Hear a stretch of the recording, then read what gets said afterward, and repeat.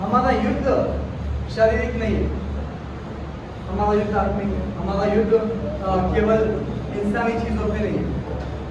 वचन कहता है कि जब आप इन सब चीजों के लिए परमेश्वर के नाम से बाहर जाओगे, कि परमेश्वर के बेटे बेटी होने के अधिकार से बाहर जाओगे, परमेश्वर के याजक होने के अधिकार से बाहर जाओगे, तब आपको कुछ काम करने का, आपको कुछ पहनना है, आपको वो चीजें पहननी है जो शारीरिक नहीं, जो आत्मिक है। हम ऊपर से नीचे की ओर जाएंगे। वचन कहता है कि तुम परमेश्वर के आत्मिक हथियार बांधो। सबसे ऊपर आता है वो उद्धार का टोप,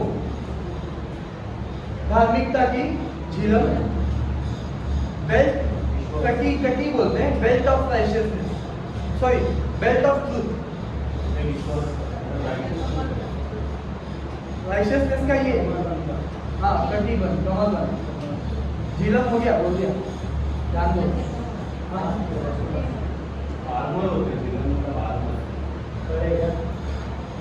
ब्रेस्टप्लेट ऑफ राइचियसनेस हो गया। उसके बाद बेल्ट ऑफ ट्रूथ। हाँ, इसलिए परमेश्वर के सारे अपने बांध लो कि पूरे दिन में सामना कर सके हो और सब कुछ पूरा करके स्थिर रह सको। इसलिए सत्य से अपने भगवान का सत्य का अपनी जीवन भाव में मिलकर सुसमाचार की पहनकर और इन सब के साथ विश्वास के ढाल लेकर स्थिर रहो, जिसमें तुम उस दुष्ट के जलते हुए तीरों को बुझा सको। उद्धार का टोप, आत्मा की तलवार, परमेश्वर का वचन ले लो। हर समय हर तरह आत्मा में प्रार्थना और विनती करते रहो, इसलिए जागते रहो और सब पवित्र लोगों के लिए लगातार विनती किया करो। और मेरे लिए भी कि मुझे बोलने के समय ऐसा केवल वचन दिया जाए। ऊपर से नीचे की ओर जाता है, इसलिए होता है।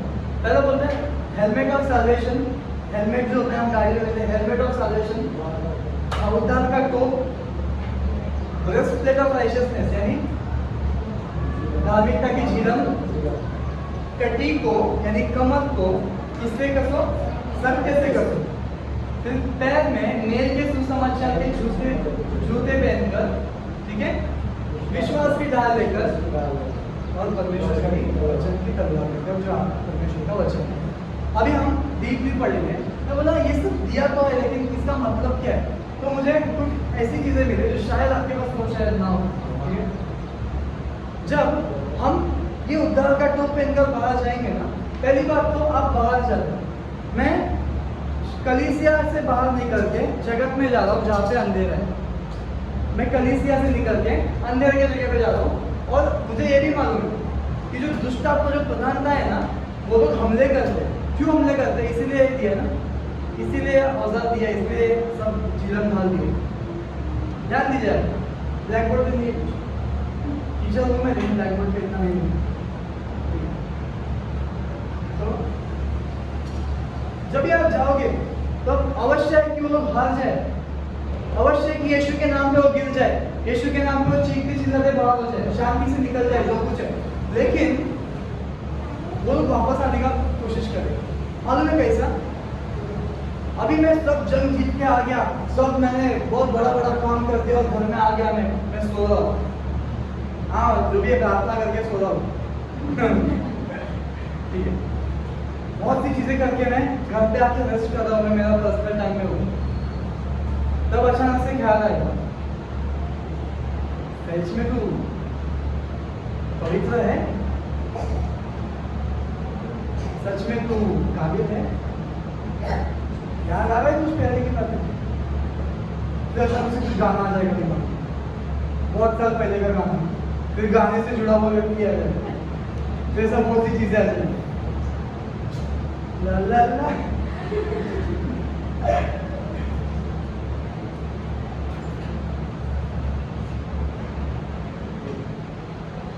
यानी कि हमला कहाँ पे हो रहा है? दिमाग पे हो रहा है, माइंड पे हो रहा है। इसलिए बोला कि उद्धार का टोप पहनो। जब ऐसी बातें आए तो बोलो मेरा उद्धार हो चुका है, यीशु के लहू ने मेरी सारे गुनाह, सारी बातें, सारी पिछली बातों को कवर कर दिया है। अब मैं पाप का गुलाम नहीं, मैं परमेश्वर का बेटा हूँ, परमेश्वर की बेटी हूँ, मैं परमेश्वर की निजी संतान हूँ। मुझे बुलाया गया है कि मैं आत्मिक जगत में वास करूं। मैं ना कि सिर्फ वास करूं परंतु प्रबल हो, सामर्थ के साथ खड़ा हो। फिर उसके बाद आएगा तुम्हारा जीवन, जीवन आएगा, परिवार की चिंता है कि यहाँ पे धीरे, यहाँ पे जिम्मेदारी आएंगी।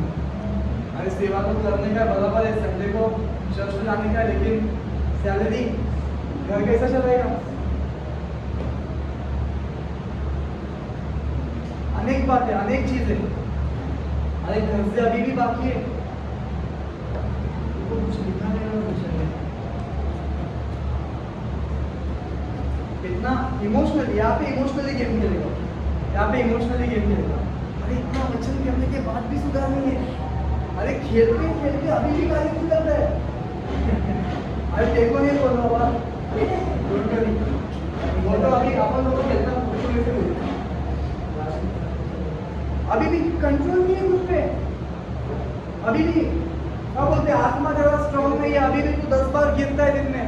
या अटैक इधर है, मसीह यीशु के जरिए मैं सब कुछ कर सकता हूँ। परमेश्वर की सामर्थ मुझ में काम करती है, जो पवित्र आत्मा मुझे दिया गया है उसके द्वारा मैं सब कुछ कर सकता हूँ। जो आत्मा मुझे दिया है उसके द्वारा मैं सब कुछ कर सकता हूँ।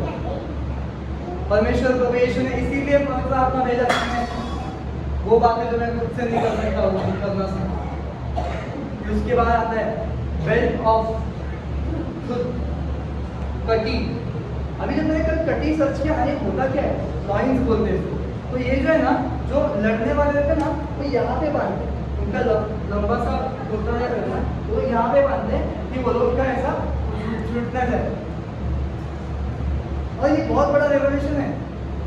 जो आपकी सच्चाई है प्रभु यीशु मसीह में, वो आपकी इज्जत को बचाती है, वो हमारी इज्जत को बचाती है। और जो परमेश्वर की सच्चाई हमें दी गई है कि हम उसके बेटे बेटी है, और उसके प्रेम से हमें कोई अलग नहीं कर सकता है।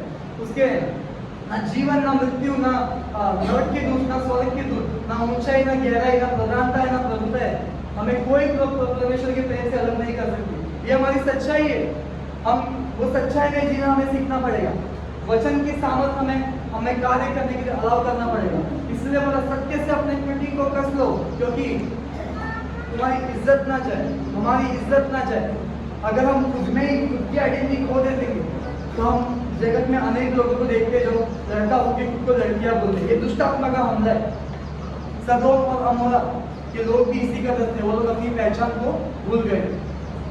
और आज भी 2026 के टाइम पे अगर आप देखोगे तो एक उनका त्योहार है जिसको हम नहीं, वो लोग जिसको वो लोग प्राइड फेस्टिवल बोलते हैं, जहाँ पे वो लोग ऐसी बहुत वो कम्युनिटी जो जिसको लड़का या लड़की बोलते हैं, मतलब जेंडर बदलते हैं, ऐसे लोग साथ में आके कोई फेस्टिवल करते हैं, गीत रहेंगे, नशे होंगे, जो कुछ होंगे।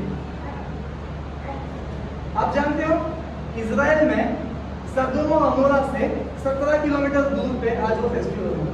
आज नहीं, मतलब जून में मिलेगा। हम आत्मिक जगत में हमको वो अधिकार देना आना चाहिए। आज केवल इस वचन में क्या कहते हैं, आपको मटेरियल दिया जा रहा है, लेकिन काम आपको खुद को करने का। पैर में मेल की सुसमाचार की जूतियां पहनकर हमें चलना है। यानी कि जब हम बाहर जा रहे हैं तब हम अंधेरे को देख रहे, लेकिन हम प्रचार कर रहे कि प्रभु यीशु मसीह जिंदा है और वो आज सामर्थ्य है, वो आज जीवित है, वो आपको बदल सकता है, वो आपकी हालातों को बदल